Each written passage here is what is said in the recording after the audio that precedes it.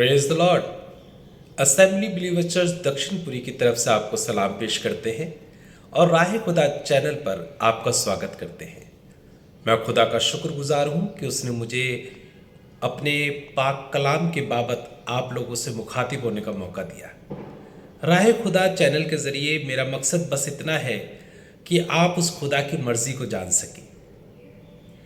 प्रभु यीशु मसीह ने अपनी ज़बानी हमको एक दुआ सिखाई है और उस दुआ की एक लाइन को आपके साथ बांटना चाहता हूँ। उसने कहा, है बाप, जैसे तेरी मर्जी स्वर्ग में पूरी होती है वैसे ही ज़मीन पे भी पूरी हो। अगर इस बात को ध्यान से देखा जाए तो कितनी ही खूबसूरत बात है। अगर खुदा की मर्जी हम सबकी ज़िंदगी से पूरी होने लगे तो क्या ही खुशनुमा मौका होगा। पर आप जानते हैं, इंसान वो करता है जो उसका दिल चाहता है। अपनी मर्जी से जीना, अपनी मर्जी से खाना, अपने लोगों में रहना, अपनी ही इच्छाओं को पूरा करना। और इसी कारण से वो कई गुनाहों में फंस जाता है, शैतान के चुंगल में आ जाता है।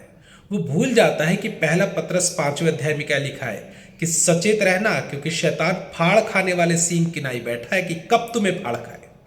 वो सींग नहीं है, वो शेर बब्बर नहीं है। शेर बब्बर तो हमारा खुदा है, लेकिन फिर भी लिखा है कि उसकी नाई वो बैठा रहता है।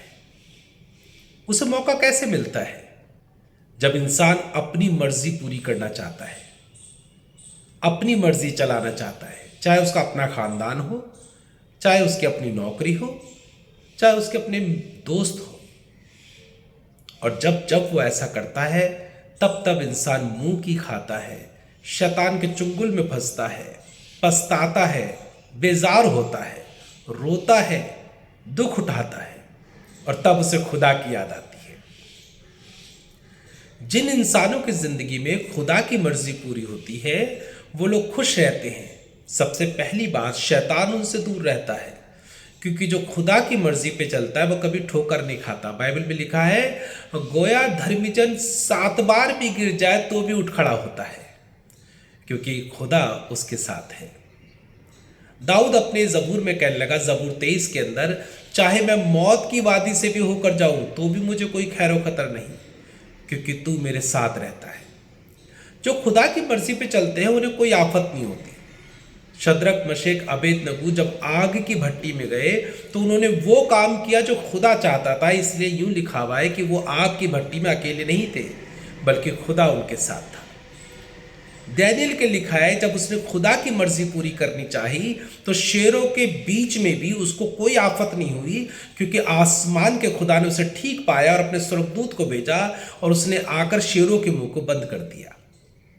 खुदा के लोगों, मैं चाहता हूं आसमान का खुदा आपकी जिंदगी में आसमान का खुदा ऐसे ऐसे मौजे करे जो आप देखकर अचंभित और कहे कि हमारा खुदा कितना बड़ा है। पर ये कब होगा? जब हम उसकी मर्जी को अपनी जिंदगी में पूरा होने देंगे। शैतान कभी नहीं चाहता खुदा की मर्जी पूरी हो। वो नहीं चाहेगा कि आप उसकी मर्जी पे चले, इसलिए वो आपको बरगलाएगा, बहकाएगा, आपके कानों में उल्टी सीधी बातें फूकेगा। पर तुम तैयार रहना और अपने आप को खुदा में मुस्तैद करना, ताकि आसमान के खुदा की मर्जी आपके अंदर पूरी हो सके।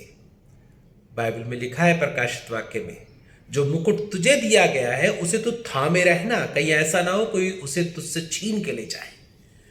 खुदा ने हमको बरकत दी है, अपना बेटा बनाया है, उससे इबादत करिए, कलाम को पढ़िए, बने रहिए और शैतान को कभी मौका मत दीजिए कि वो आपसे आपका मुकुट छीन के ले जाए और अपनी मर्जी आपकी ज़िंदगी में पूरी करे। शैतान से कहिए, शैतान मेरी ज़िंदगी में तेरी मर्जी पूरी नहीं होगी, बल्कि मेरे जिंदा खुदा की मर्जी पूरी होगी। और तब देखिएगा आसमान का खुदा आपको कैसे सरफराज करता है, कैसे बढ़ाता है, कैसे बरकत देता है। मेरी दुआएं हैं आप लोगों के लिए।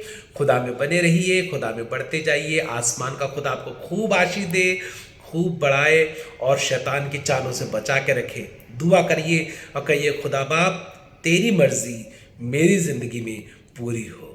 God bless you.